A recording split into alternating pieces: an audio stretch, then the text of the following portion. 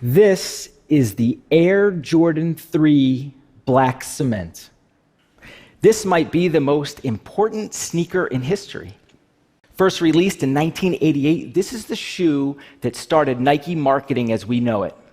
This is the shoe that propelled the entire Air Jordan lineage and perhaps saved Nike. The Air Jordan 3 Black Cement did for sneakers what the iPhone did for phones. It's been re-released 4 times. Every celebrity's been seen wearing it. There's a site about what to wear with the black cement. It's been right under your nose for decades, and you never look down. And right about now, most of you are probably thinking, sneakers? Yes, sneakers. Some extraordinary things about sneakers, and data, and Nike, and how they're all related possibly to the future of all online commerce. In 2011, the last time the Jordan 3 Black Cement released at a retail of $160, it sold out globally in minutes. And that's because people were camped outside of sneaker stores for days before it went on sale. And just minutes after that, thousands of those pairs were on eBay for 2 and 3 times retail. In fact, there's over 1,000 pairs on eBay right now, 4 years later. And here's the thing. This happens every single Saturday. Every week there's another release or 2 or 3, and every shoe has a story as rich and compelling as the Jordan 3 Black Cement. This is Nike building the marketplace for sneakerheads, people who collect sneakers. And my daughter. It's an I Love Dad t-shirt. For the brands, sneakerheads are a very important demographic. These are the tastemakers. These are the Apple fanboys. Because who else is going to buy a pair of $8,000 Back to the Future sneakers? Yeah, $8,000. And while that's obviously the anomaly, the resale sneaker market is definitely not. 30 years in the making. What started as an underground culture of a few people who like sneakers just a bit too much, now we have sneaker addictions. And a market where in the past 12 months, there have been over 9 million pairs of shoes resold in the United States alone at a value of $1.2 billion. And that's a conservative estimate. I should know. I am a sneakerhead. This is my collection. In the pantheon of great collections, mine doesn't even register. I have about 250 pairs, but trust me, I am small time. People have thousands. I'm a very typical 37-year-old sneakerhead. I grew up playing basketball when Michael Jordan played.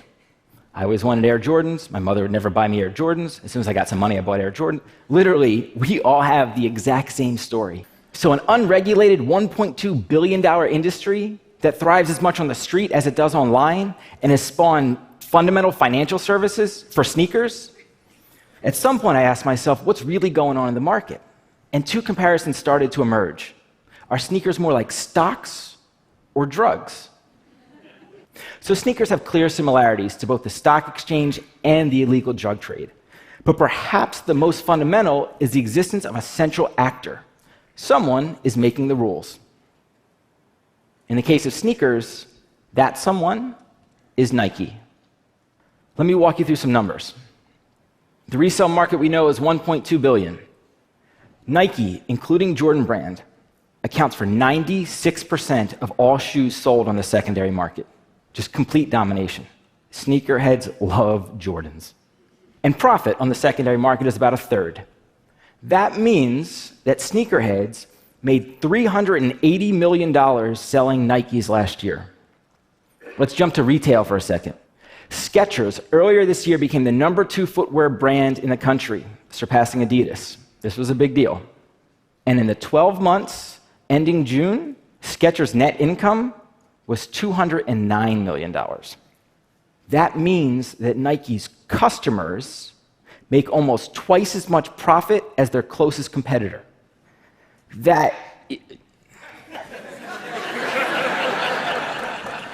How's that even possible? The sneaker market is just supply and demand. But Nike has gotten very good at using supply, limited sneakers, and the distribution of those sneakers to their own benefit. So it's really just supply. Sneakerheads joke as long as it's limited and Nike, they'll buy it. Shoes that sell for $8,000 do so because they're very rare. It's no different than any other collectible market. Only, this isn't a market at all. It's a false construct created by Nike, ingeniously created by Nike in the most positive sense to sell more shoes. And in the process, has provided tens of thousands of people with lifelong passions, myself included. If Nike wanted to kill the resale market, they could do so tomorrow. All they have to do is release more shoes. But we certainly don't want them to, nor is it in their best interest. That's because, unlike Apple, who will sell an iPhone to anyone who wants one, Nike doesn't make their money by just selling $200 sneakers. They sell millions of shoes to millions of people for $60. And sneakerheads are the ones that drive the marketing and the hype and the PR and the brand cachet and enable Nike to sell millions of $60 sneakers. It's marketing. It's marketing the likes of which has never been seen before. This isn't in any textbook. For 15 years, Nike has propped up an artificial commodities market with a Facebook-level hyped IPO every single weekend. Drive by any Foot Locker at 8 a.m. on a Saturday morning, and there will be a line down the street and around the block, and sometimes those kids have been waiting there all week. You know those crazy iPhone lines you see on the news every other year? Nike lines happen 104 times more often. So Nike sets the rules, and they do so by controlling supply and distribution. But once a pair leaves the retail channel, it's the Wild West. There are very few, if any, legal, unregulated markets of this size. So Nike is definitely not the stock exchange. In fact, there is no central exchange. By last count, there are 48 different online markets that I know of. Some are eBay clones, some are mobile markets, and then you have consignment shops and brick and mortar stores and sneaker conventions and reseller sites and Facebook and Instagram and Twitter and literally anywhere sneakerheads come into contact with each other, shoes will be bought and sold. But that means no efficiencies, no transparency, sometimes not even authenticity. Can you imagine if that's how stocks were bought? What if the way to buy a share of Apple stock was to search over 100 places online and off, including every time you walk down the street just hoping to pass someone wearing some Apple stock? Never knowing who had the best price, or even if the stock you were looking at was real. That would surely make you say, of course that's not how we buy stock. But what if that's not how we buy sneakers either? What if the inverse is true? And what if we could buy sneakers exactly the same way as we buy stock? And what if it wasn't just sneakers? There was any similar product like watches and handbags and women's shoes and any collectible, any seasonal item and any markdown item? What if there was a stock market for commerce? A stock market of things. And not only could you buy in a much more educated and efficient manner, but you can engage in all the sophisticated financial transactions you can with the stock market.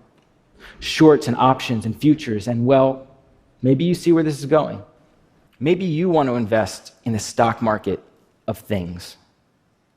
Because if you had invested in a pair of Air Jordan 3 black cement in 2011, you could either be wearing them on stage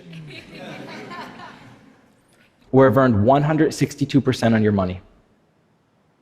Double the S&P and 20% more than Apple. And that's why we're talking about sneakers. Thank you.